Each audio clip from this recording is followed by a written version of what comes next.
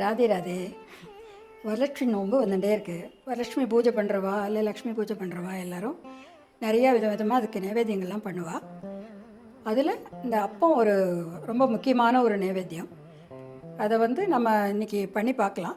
அது அரிசியை நினச்சி அதோட வெல்லத்தோடு சேர்த்து அரைச்சி அப்புறம் அது மாதிரி பண்ணணும். அது ட்ரெடிஷ்னலாக இந்த அப்பம் எப்படி பண்ணுவாங்கிறத நம்ம இன்றைக்கி பார்க்கலாம். இந்த நெய்யப்பம் பண்ணுறதுக்கு பச்சரிசி இந்த டம்ளரால், சின்ன டம்ளரால் ஒரு டம்ளர் போட்டு நல்லா 2-4-5 தரம் களைஞ்சிட்டு அதை வந்து ஒரு 2 to 3 hours அதை நல்லா அந்த அரிசியை நல்லா ஊற வைக்கணும். இந்த மாதிரி ஊற வச்சு இதை எடுத்து வச்சுட்டுருக்கேன் நான்.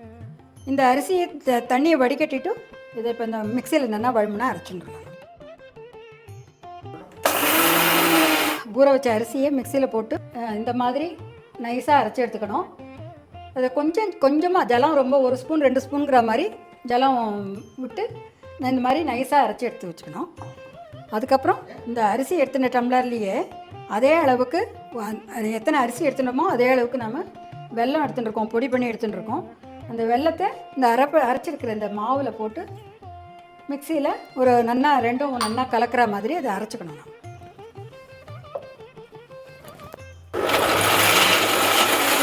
இதில் இந்த அரைச்ச மாவில் வெல்லத்தை போட்டு நல்லா அரைச்சி எடுத்துட்டோம். அவ்வளோ கெட்டியாக இருந்த மாவு இந்த வெல்லம் போட்டது ரொம்ப தளர்ந்து படுத்து பற்றில. அதனால தான் நம்ம வந்து அரிசி அரைக்கும்போது 1 ஸ்பூன் வேணுமானாக்க ஜலம் விடணும், இல்லாட்டாக்க முடிஞ்ச வரைக்கும் நம்ம ஜலம் விடாமலே அரைச்சிக்கணும். இப்போ இந்த அரைச்ச இதை இந்த பாத்திரத்தில் விட்டுக்கலாம். இந்த அரைச்ச மாவு இப்படி இந்த ஊற்றுற மாதிரி இந்த போரிங் கன்சிஸ்டன்சிக்கு இருக்கணும். இதில் நான் ஒரு சின்ன பீஸ் பச்சைக்கற்பூரம் எடுத்துட்டு அதை இதில் வாசனைக்கு இதில் சேர்த்துட்டுருக்கேன். இதுலேயே நீங்கள் ஏலக்காய் பொடியும் சேர்த்துக்கலாம்.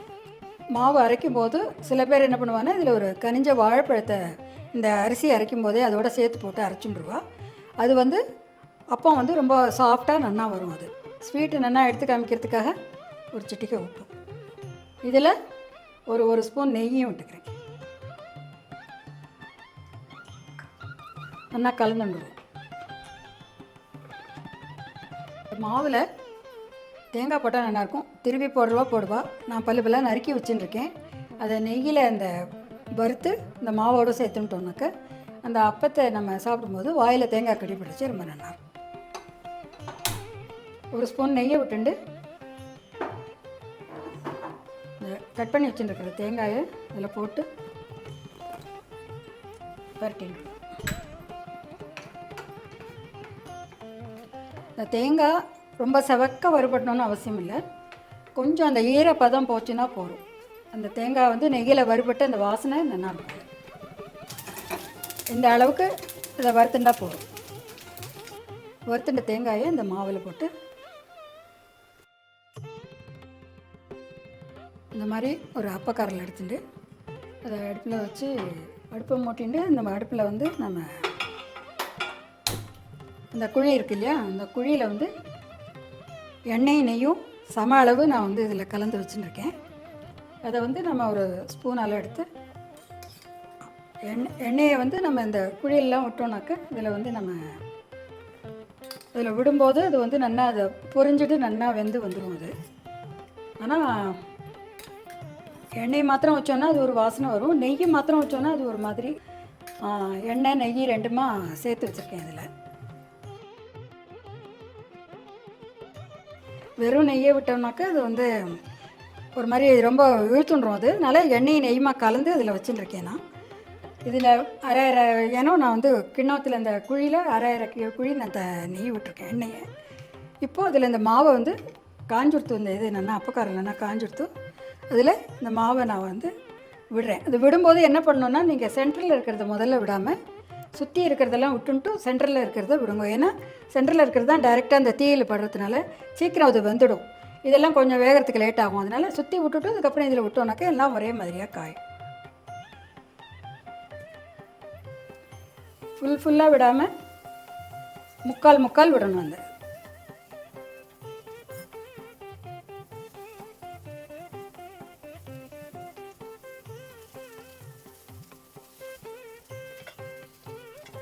இந்த மாதிரி இதை குத்திட்டு ஒரு தட்டால் அதை மூடிட்டாக்கா மேலேயும் நல்லா வெந்துக்கணும். ஒரு முழுக்க வேகிறதுக்கு இல்லை, கொஞ்சம் ஒரு அரை வேக்காடு வெந்ததும் அதை திருப்பி போட்டோன்னாக்க உள்ள மாவு இருக்கும்போது அதை திருப்பினோன்னாக்கா உள்ளே இருக்கிற மாவும் நல்லா வெந்துடும். 5 minutes later.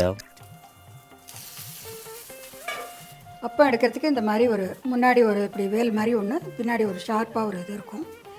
அதால் நீங்கள் வந்து குத்தி அதால் இப்படி இப்படி வச்சுட்டு இப்படி நீங்கள் திருப்பினேனாக்கா இந்த அப்பம் திருப்புறதுக்கு வந்து உங்களுக்கு ஈஸியாக இருக்கும். இந்த மாதிரி மாவு கொஞ்சம் இருக்கும்போதே இதை வந்து நீங்கள் அப்படி திருப்பி போடும்.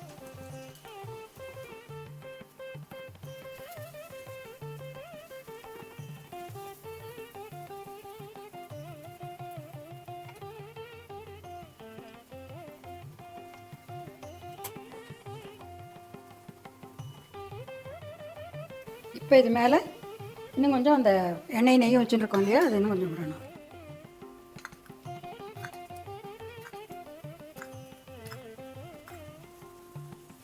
முன்னாடி இருக்கிறதெல்லாம் முன்னாடி விட்டுட்டோன்னா கூட நடுப்பில் இருக்கிறது சீக்கிரம் வந்துடுத்து பாருங்க. அதனால தான் கடைசியில் இந்த நடுப்பில் விடணும்.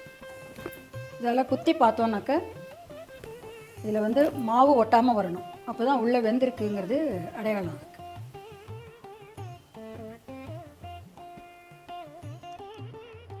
ட்ரெடிஷ்னலாக பண்ணுற அப்பம் நெய்யப்பம் ரெடி ஆகிடுது. நம்ம நெய்யப்பம் உள்ளே வெந்து மேலே கோல்டன் கலருக்கு ரெடி ஆகிடுது.